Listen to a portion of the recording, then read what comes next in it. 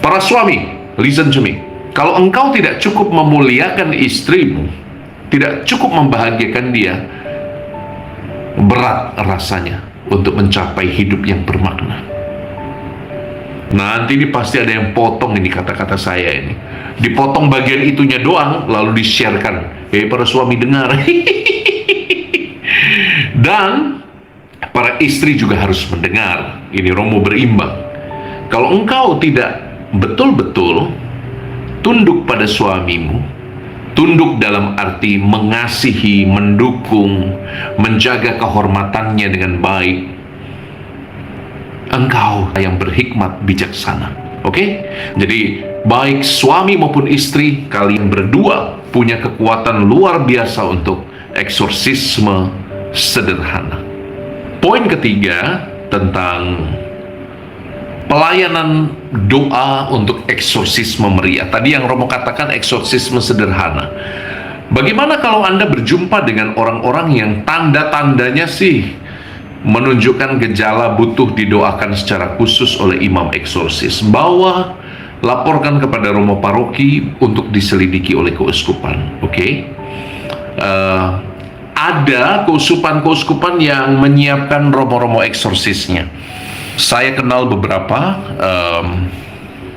Salah satu romo SC yang dikenal sebagai romo eksorsis, Romo Andreas Ukasik SCY, almarhum, baru saja meninggal dunia. Beliau beberapa kali menceritakan kisah yang cukup mengerikan ya, sharing iman pada saya yang masih muda itu. Suatu kali ada orang tua yang mengeluh bahwa tiap kali mereka berdoa anaknya selalu teriak-teriak dan anaknya selalu menjerit-jerit kesakitan. Dan itu terjadi hanya ketika mereka berdoa. Lalu Romo Lukasik tidak segera percaya, tentu saja. Dia mendengarkan, dia konseling, lalu dia uji anak ini. Ditempelkannya lah stola ke badan anak perempuan ini, masih umur 8-9 tahun. Lalu ketika ditempelkan stola itu, anak ini dibawa ke dalam gereja. Anak ini menjadi gelisah luar biasa. Lalu tiba-tiba dia terdorong sekitar 10 meter ke arah pintu, seolah-olah sesuatu yang tidak kelihatan menarik dia ke belakang. Dia terhempas 10-12 meter sampai ke arah pintu gereja. Dan saat itu Romo Lukasik segera mengenal ini bukan karena taekwondo yang hobi lompat-lompat, ini karena ada sesuatu yang lain. Lalu didoakan anak ini dalam beberapa sesi eksorsisme meriah, dilaporkan, diselidiki, lalu ternyata valid ya. Tapi eksorsisme meriah itu butuh izin ya. Kalau Romo Lukasik mengatakan yang dilakukan olehnya masih doa eksorsisme sederhana, itu harus mendapat izin uskup karena ada penelitiannya, ada bimbingannya, para psikolog dilibatkan, para dokter dilibatkan, sampai ditemukan tidak ada penjelasan biologis yang masuk akal. Seperti misalnya fenomena melayang, bagaimana caranya bisa menjelaskan orang punya kekuatan melayang dengan muka yang begitu mengerikan, dengan suara yang berubah-ubah. Jadi untuk sampai pada level eksorsisme meriah ini harus ada penelitian dari keuskupan dan harus mendapat izin restu dari Bapak Uskup. Tidak bisa sembarang imam mendoakan ritus eksorsisme meriah ini, karena para imam yang dipilih haruslah imam-imam pilihan. Oke? Jadi itu ya teman-teman ya, tentang eksorsisme meriah. Jadi kalau memang sudah tidak ada jalan keluar dan Anda butuh untuk dilayani, serahkan pada pastor paroki terdekat, lalu minta dinaikkan kepada keuskupan. Permintaan imam eksorsis untuk keuskupan-keuskupan di Amerika yang saya tahu meningkat drastis. Ya, ini karena gini loh teman-teman, semakin zaman itu sekuler, semakin zaman tidak lagi percaya pada eksistensi Tuhan, mereka akan percaya pada apa saja yang bukan Tuhan. Wes toh, tuh kata-kata santo, semoga jadi santo, kata-kata dari Paus Benediktus ke-16, ketika orang tidak percaya lagi pada Tuhan, dia akan percaya pada apapun juga. Dan itu fenomena yang kita alami di dunia modern. Orang yang tidak percaya lagi pada Tuhan malah lebih percaya pada horoskop. Padahal kalau dia mengatakan Tuhan itu absurd deh, Tuhan itu nggak masuk akal deh, Tuhan Yesus itu apa itu, dia itu dituhankan oleh orang. Dia malah percaya sama Sagittarius, Scorpio, Feng Shui. Absurd gitu ya. Di satu sisi dia berlagak rasional, tapi di sisi lain dia malah percaya sama kelabang. Kok kelabang sih? Scorpio itu apa? Kalajengking. Dia percaya pada sio cicak, sio kalong. Jadi, aduh, udah nggak bener deh nih kita ini. Gitu ya teman-teman ya. Jadi, saya harap kita sama-sama berjuang. Pada akhirnya, dan ini poin keempat. Jadi poin ketiga Romo tadi, saya hanya mau mengatakan bahwa eksorsisme meriah ada pelayanannya. Itu ada ritus khususnya. Ada doa-doanya seperti yang Anda lihat di film-film Hollywood. Tapi itu tidak bisa sembarangan dilakukan. Dan kalau Anda mengenal memang ini tampaknya bukan lagi gejala biologis atau gejala psikologis, tapi lebih ke gejala spiritual, Anda boleh mengajukan ke pastor paroki terdekat. Anda berhak untuk meminta supaya keuskupan menginvestigasi. Tentu nanti akan ada biaya di sana-sini, tapi mengapa tidak? Oke? Pastinya akan dibawa ke pengobatan medis dulu, pasti itu. Karena gereja Katolik itu gereja yang absurd.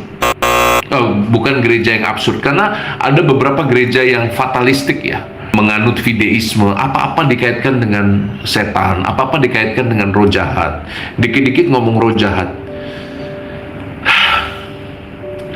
Padahal ternyata gangguan hormonal, padahal ternyata ada bagian otak yang tidak berfungsi dengan baik.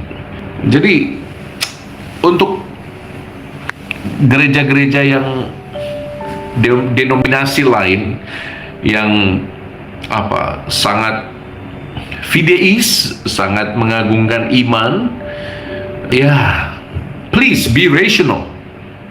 Oke? Karena kalau mau cari sensasi itu gampang sekali, mau cari apa yang emosi itu gampang sekali. Tapi ingat, karunia tertinggi itu rasio. Rasio inilah karunia tertinggi dari nafas ilahi yang diberikan pada manusia. Oke? Poin keempat saya, banyak fenomena aneh orang-orang indigo. Orang-orang indigo yang asli itu sebetulnya malah diam loh. Tidak banyak berkoar-koar tentang, lihat di sudut itu ada manusia berkepala kuda, lihat di sudut sana ada kuntilanak berbaju pink, lihat di pohon itu ada penunggunya besar tinggi, hitam, hanya pakai celana dalam. Jadi come on, orang-orang indigo yang sejati, orang-orang yang punya karunia untuk melihat, itu diberi karunia indera, kelebihan indera batin, indera rohani, dan itu ada orang-orang yang memang dipakai secara khusus oleh Tuhan untuk merasakan, melihat dunia rohani. Tapi mereka yang otentik umumnya tidak banyak berkuar-kuar. Mereka akan tunduk dalam doa, dan buahnya selalu baik, selalu baik. Anda tidak usah ingin menjadi seorang indigo karena tidak enak sama sekali. Yang punya kemampuan lebih untuk melihat, merasakan dunia roh, Tuhan punya tujuan yang mulia dan indah, yaitu melayani jemaat, membantu orang, dan di level personal dia menjadi pribadi yang rendah hati, matang, tunduk dalam doa. Jadi sebetulnya anugerah indigo yang otentik harus mengarah pada pertumbuhan rohani yang lebih matang, bukan sebaliknya. Kalau Anda merasa indigo tapi masih berkoar-koar, masih banyak menakut-nakuti orang, pertanyaannya, kalau Anda sungguh indigo, kenapa nggak dikasih lihat yang baik-baik? Kenapa Anda lebih sering melihat wujud-wujud setan-setan yang mengerikan daripada malaikat? daripada Santo Santa Pelindung. Jadi itu pertanyaan besar, right? Lihat buahnya. Apakah engkau bertumbuh secara rohani? Ada orang yang diberi karunia untuk melihat hal-hal gaib, hal-hal yang rohani, barang-barang yang halus katanya. Diberi kuasa untuk melepaskan aneka pusaka, kekuatan-kekuatan gaib. Tapi ternyata itu bukan karunia yang otentik. Karena apa? Dia jadi sombong, dia jadi umuk, dia jadi besar kepala, dia merendahkan orang lain. Malah dia jauh dari Tuhan, malah dia merasa tidak butuh Tuhan. Jangan-jangan itu bukan kekuatan yang datang dari Tuhan. Karena apa? Iblis pun bisa tampil sebagai malaikat terang. Itulah 4 poin pengajaran Romo. Cukup ya? Kalau Anda merasa diberkati dengan percakapan kita, saya harap Anda membagikan percakapan ini kepada yang lain sambil mendengarkan. Dan jangan lupa pesan dari Paus Yohanes Paulus II. Inilah senjata untuk peperangan rohani. Rosario suci. Doakan ini setiap hari.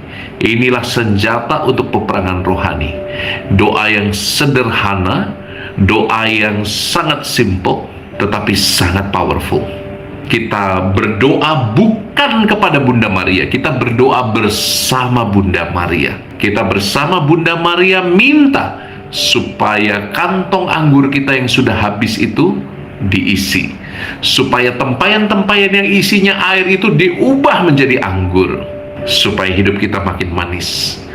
Dan Rosario ini mengingatkan kita untuk menjadi pribadi yang rendah hati, taat pada kehendak Allah seperti Bunda Maria sendiri. Jadi ini doa yang paling mujarab untuk aneka kekuatan kegelapan. Apalagi kalau dilengkapi dengan sakramentali yang lain. Garam berkat, lilin suci, kemudian juga air suci dari gereja yang diberkati di malam Paskah. Luar biasa itu. Oke? Tuhan memberkati Anda.